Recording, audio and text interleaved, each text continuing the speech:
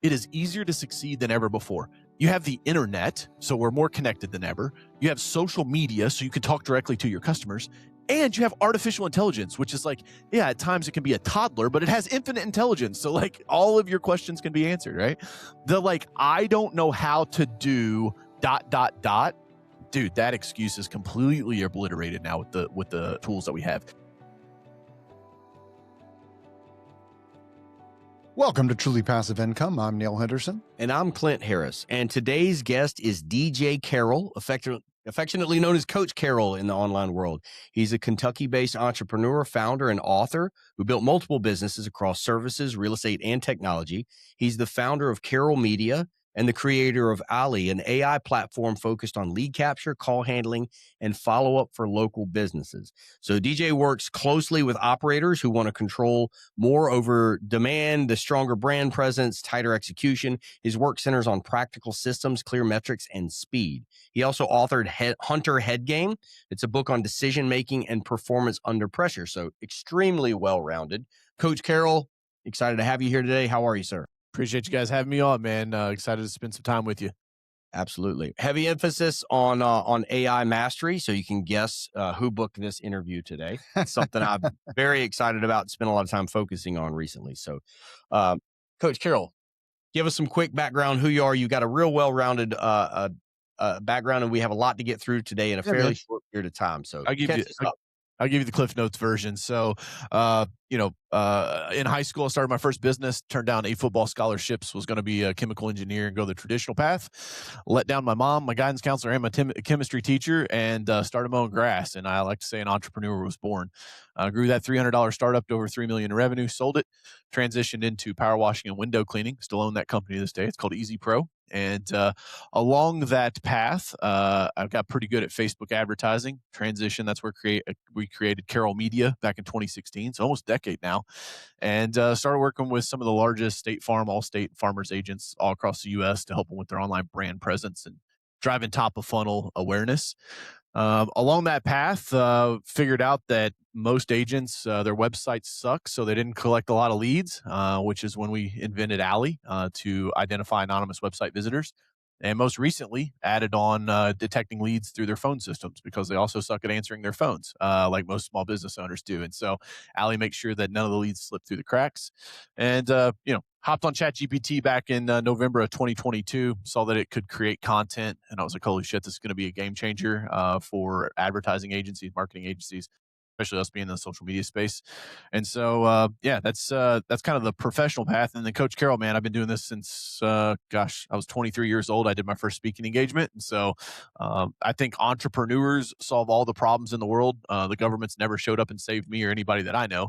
And so the more entrepreneurs that I can help educate and elevate, I think it makes the world a better place. So I'm on a mission to make $1 billion impact on the world, working through entrepreneurs and doing things just like this today, being on a podcast, man. So appreciate you guys having me here. Love it. Love it. Thanks for sharing all that. A lot to unpack there. And I want to zero in when we asked you to do it fast. So appreciate that. So I've often heard you talk about brand awareness over direct response leads. Someone who's, runs a local business, how should they think about impressions, frequency, and intent in plain terms? Top of the funnel, man. I oftentimes when I speak on stages at conferences, I tell small business owners, you think that your biggest problem is like Timmy doesn't fill out his paperwork or Tina's late to work. It's like most of that shit is not your problem. The biggest problem most small business owners have is not enough people know who you are and what you sell. If more people know who you are and what you sold, you'd have more money. And guess what? Money fixes 99% of the problems in the business, right? Because Tina can be replaced with a higher level person if you could afford them. But the problem is most small business owners have a team of B players and C players. I call them, Sandlot, right? They got a Sandlot team. And they're trying to win the Super Bowl. I get it before you guys hop in my comments and say I'm mixing baseball analogies with football. I understand. But, you got the point. And so for me, I think that people need to beat the drum louder. They need to make more noise. They need to get more attention around their brand. But let's face it, most 43-year-old grown-ass men still live like they're in high school. They don't want to put themselves out on social media because they're afraid somebody might be mean to them in the comments section. And so, timid salespeople have skinny kids. What is the best method in your opinion of making sure that your brand is out there? Obviously, social media, and that's the space that you're in. That can be laborious and time consuming for people that don't know how to do it. So, and sometimes feels like you're standing at the edge of the Grand Canyon shouting into the void, right? Like we've been running ads the last year for raising capital for our buying self storage, big buildings and converting them into self storage, and running ads in my mind is a little bit like just kind of continuing to push that content and narrative of what's out there and what you're doing. How do you make sure that you're getting measurable results, and what's the most effective way to grow that brand awareness in your opinion? Yeah, let's take a prime example. So that ad that you guys are running, what's the call to action on it? To book a call. Usually they're clicking on a form. They're going to put in their name, their phone number, their email address. We were having a setter calling people, usually 50 to 70 leads a week. They're getting on a call. They're getting a series of drip campaign emails, and eventually they end up on the phone with Neil or myself as a closer. To a cold audience, people that don't know you? I'm sorry, say that again? To a cold audience, so like people that have never seen you before? Yeah. It was meta algorithm. Yeah. Too far down the funnel, man. You guys have to lead with some type of value, man. Gary Vee's been saying this for a decade, right? Jab, jab, jab, right hook. Like too many people go straight to the right hook. So it's like, hey, I don't know who you are, and you want me to get on a call about giving you your money, right? And so like for me, I'm like, you guys should have a guide that is like the 3 biggest mistakes people make when they try to invest in passive income. Give them value, get an opt-in, and now then your setter calls on that list, right? To me, that's a better option. The other thing is like a lot of times we have this happen with us all the time with insurance agents, right? They have this small budget and they're like, hey, I want to take $300 a month and like build my brand across the state of Tennessee. It's like, well, good luck, man. That's not enough firepower to go to war with. And so you have to be realistic about that. But I want to go back to what you originally said, which is, standing at the edge of the Grand Canyon, massive void, lots of work, laborial, right? Good, man. That's where I want to play because it's the reason why I wrote the Hunter Head game.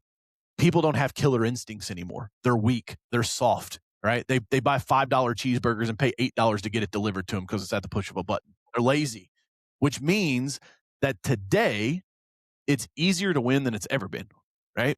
One, because of like Jim Rohn, Zig Ziglar, and all the guys that came before me said, be enthusiastic, have a positive mental attitude, show up on time, be dressed for success, right? Dude, if you will just show up and have a smile on your face and be nice to be around, you'll beat 90% of the people because 90% of the people don't leave their house post-COVID. I have to bleep out COVID. That way we don't get like throttled by the algorithms. But you guys have to realize that right now it is easier to succeed than ever before. You have the internet, so we're more connected than ever. You have social media, so you can talk directly to your customers.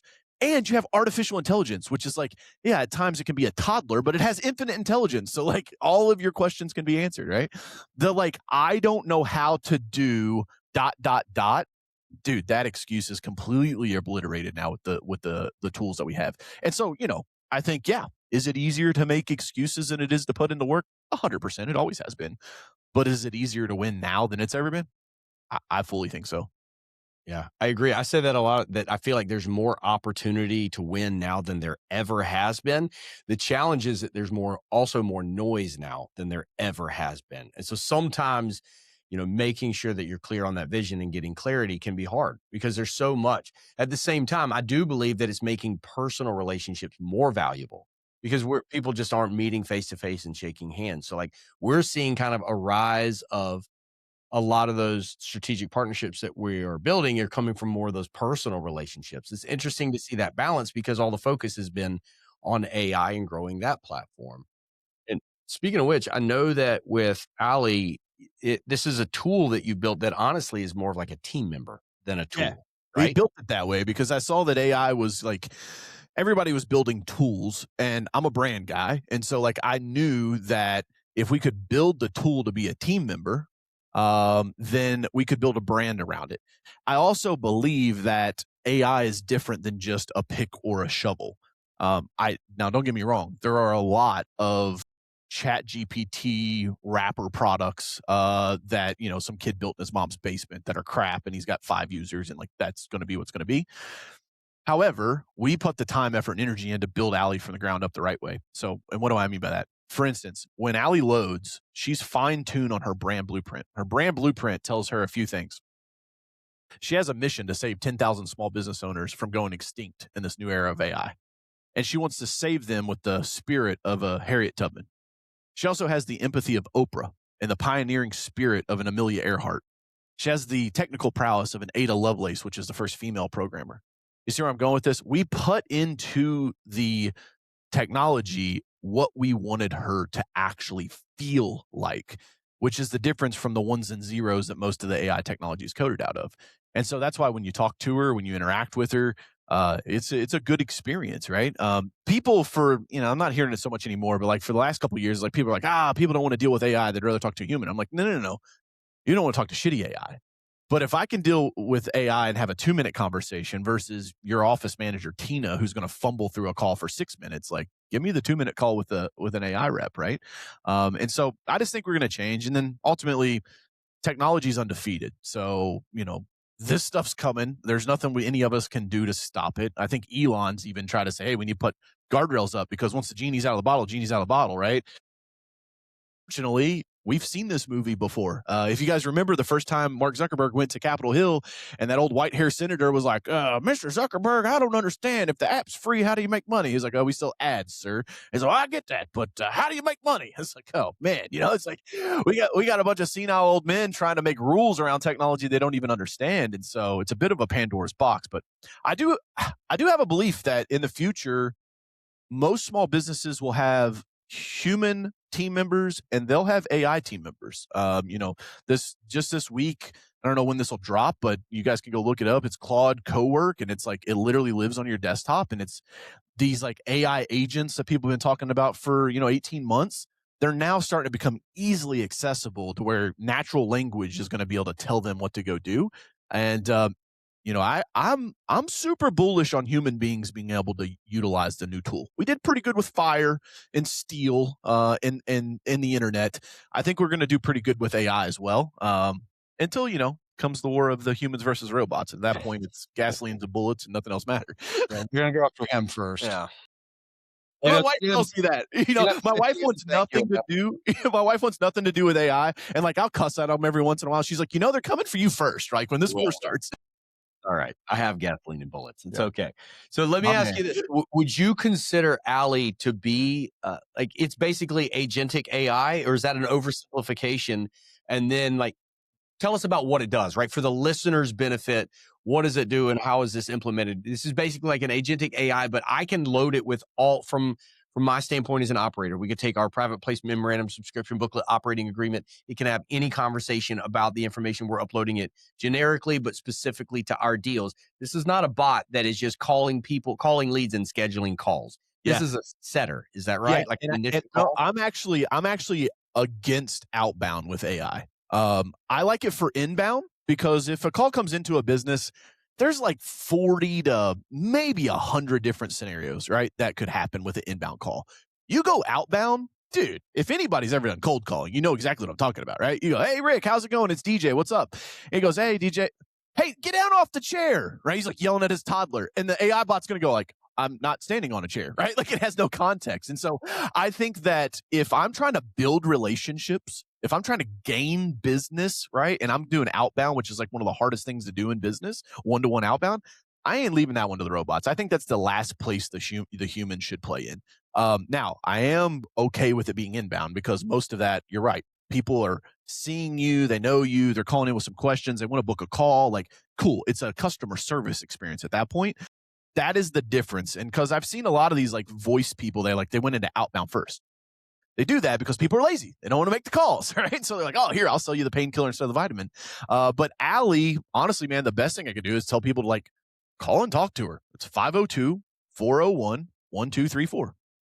And ask her questions. That's easy. I think the best way to learn about AI is to experience it. That's why I'm like, you got to spend time on ChatGPT. You got to spend time on Claude. You just you got to roll up your sleeves and get in on it, man. But yeah, that's that. I would say, people could call and talk to her, but she's really made for inbound phone calls. It's a lead detective, right? She wants to make sure you never miss a lead that calls in and you never miss a lead that comes to your website because she can identify up to a third of your website traffic that doesn't fill out a form or call in. Okay. Well, this may be, we may have already answered this question, but I got to ask it, which is, you argue most businesses are losing deals due to slow follow-up. Oh, 100%. What systems do you see working best to fix this without adding headcount?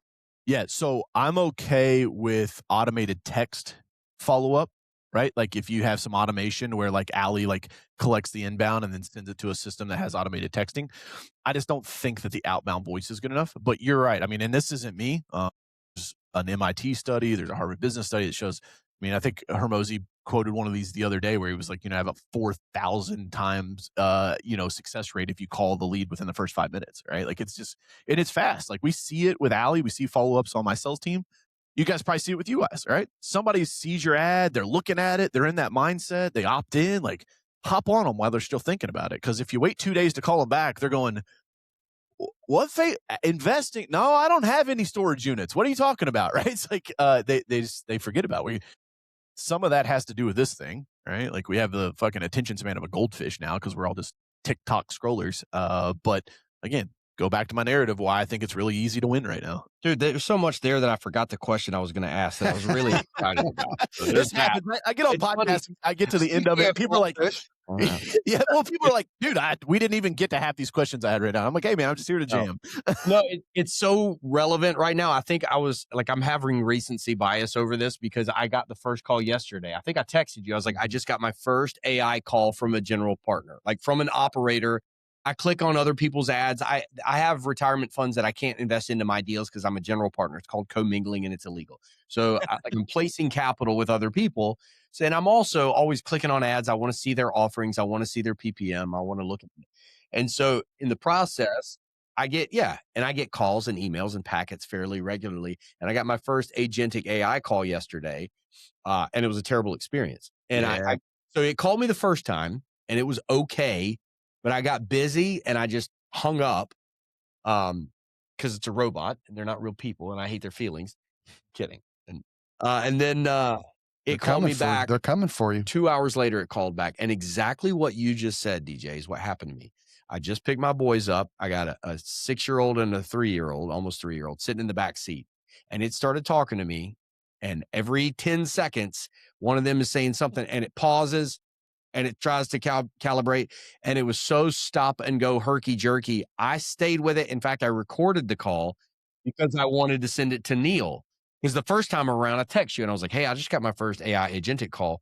And then it called back later. I answered it. I went through the whole experience for 2 or 3 minutes. It was excruciating, but I did it purposefully because, now I'm realizing why.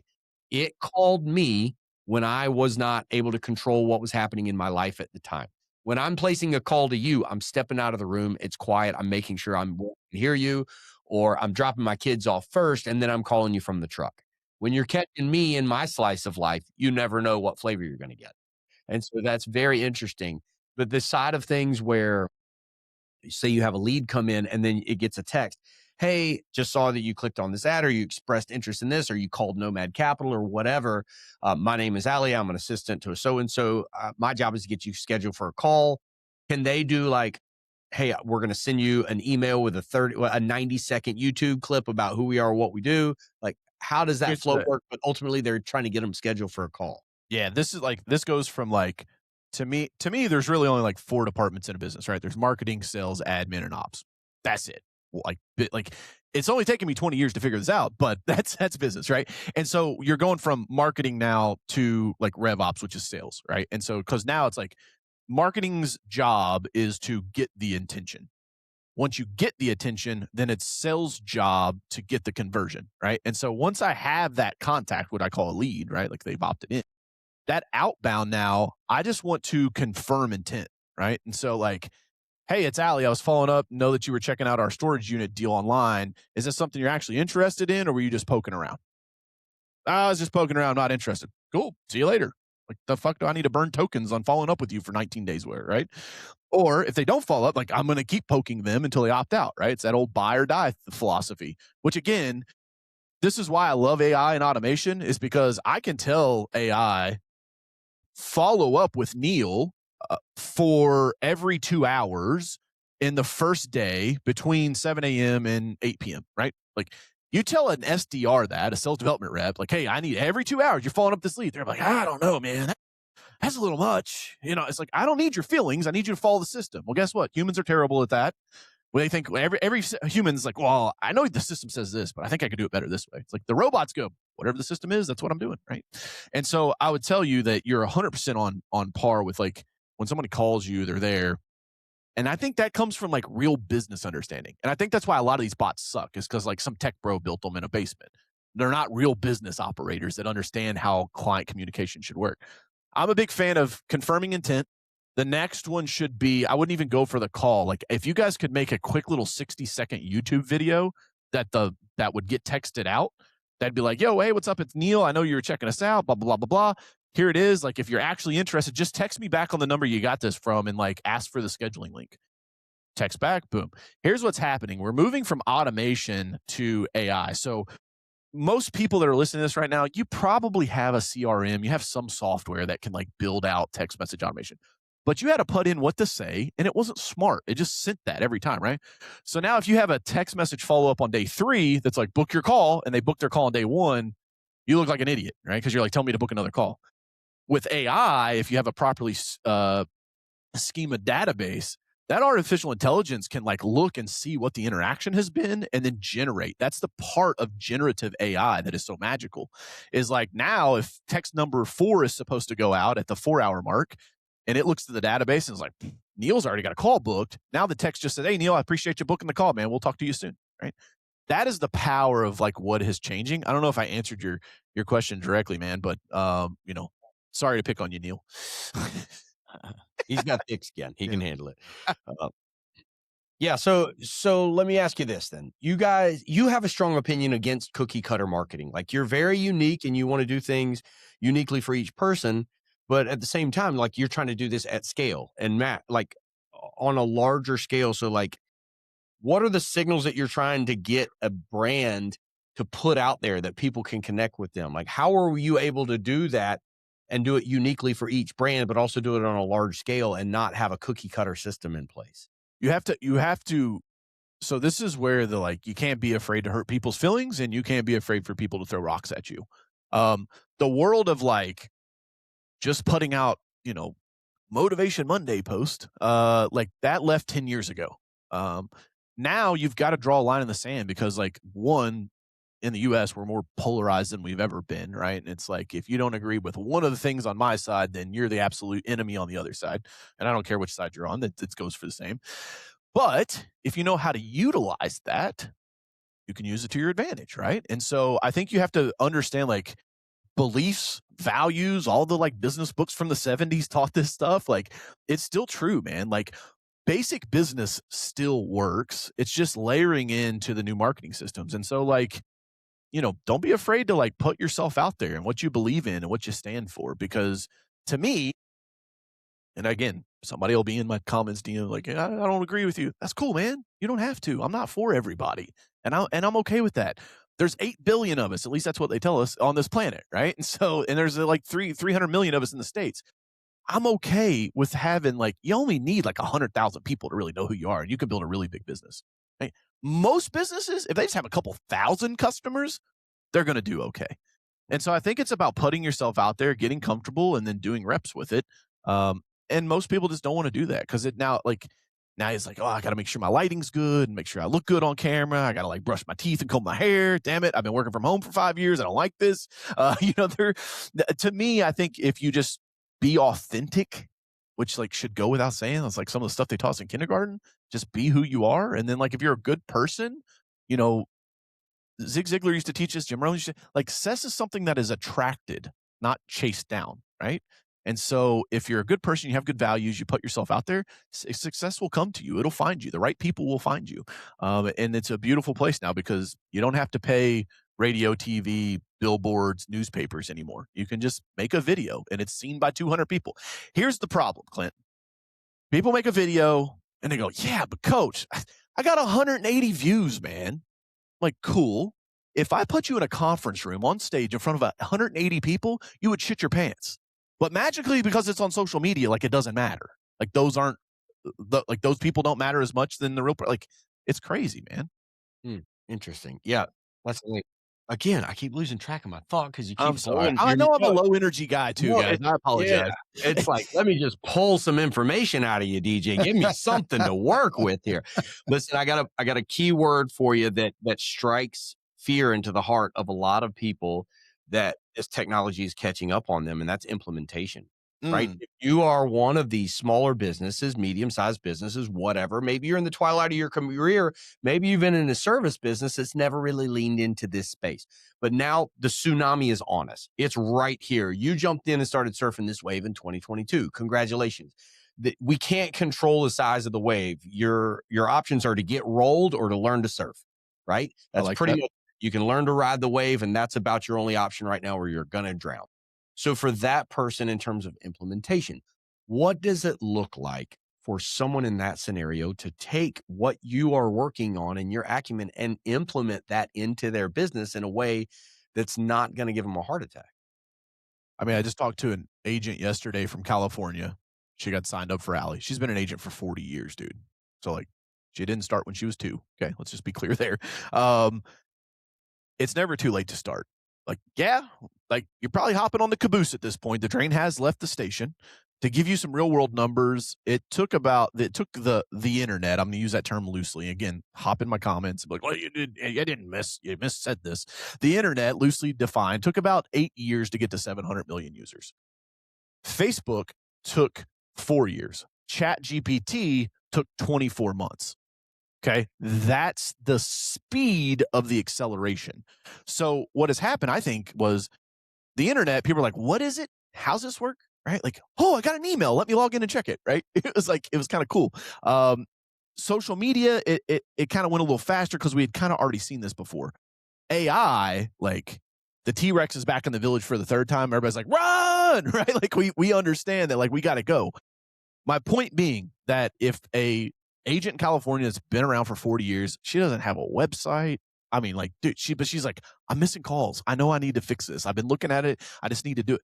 Just go, right? One of my favorite frameworks to teach small business owners is the decision irreversible? Meaning, like, if you make the decision today, can we change it? Yes or no? And then what is the overall impact of the decision?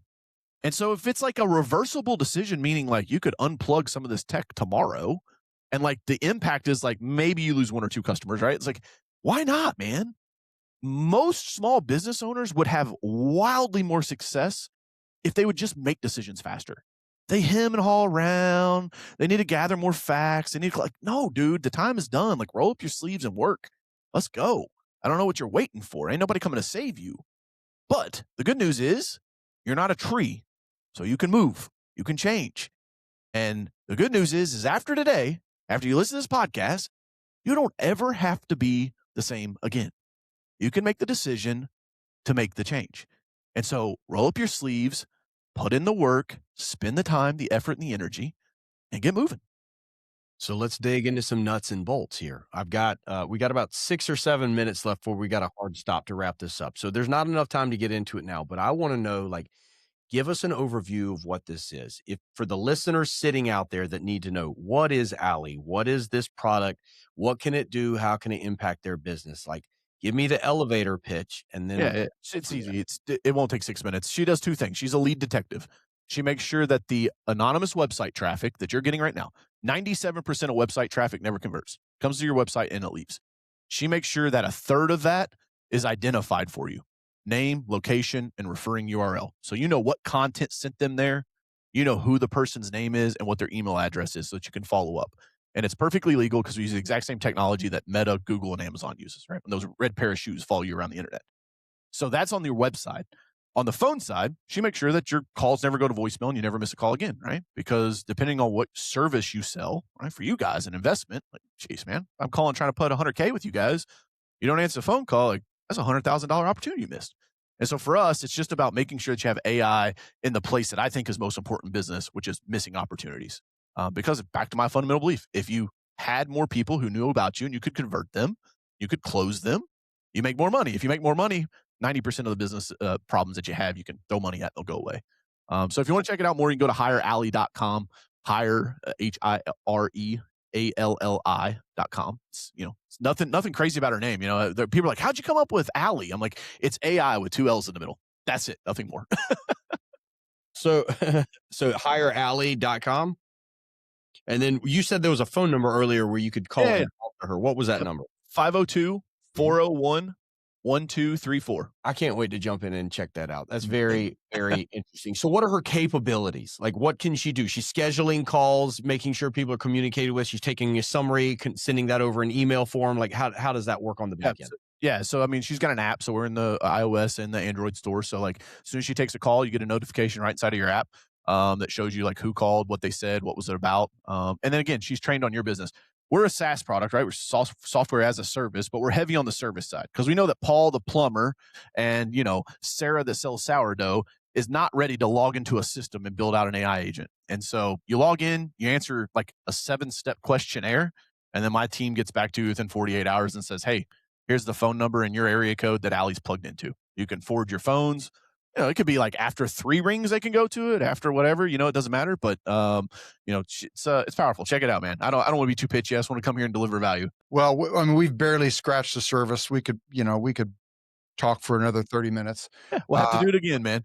Yep. Well, we will do it again. This has been great.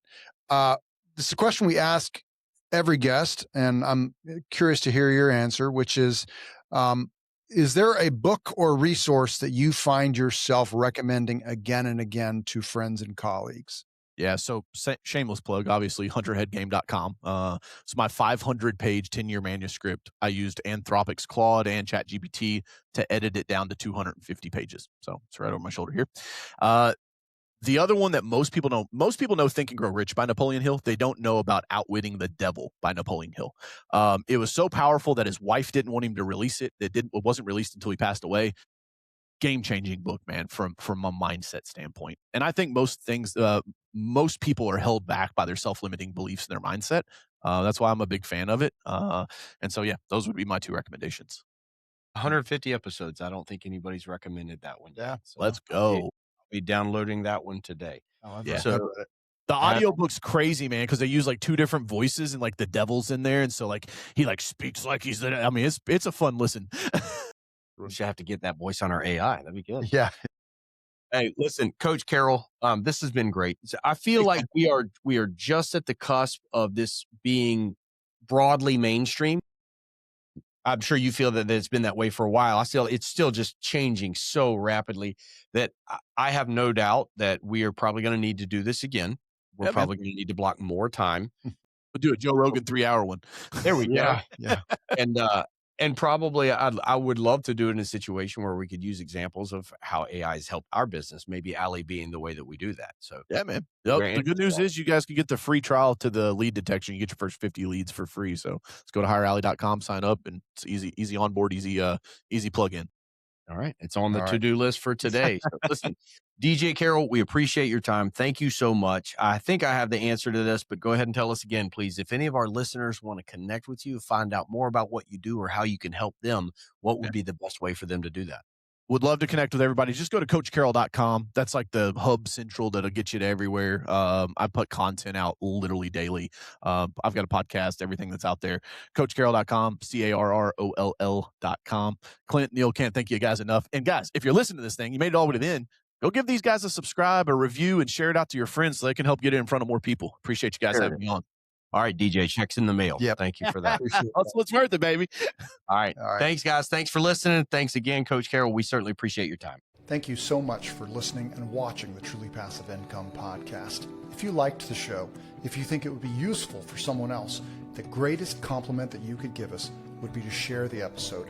Leave a comment down below or leave us an honest review. If you have any questions, don't hesitate to let us know down below. And remember, with Truly Passive Income comes freedom of time, place, and the freedom to pursue your higher purpose.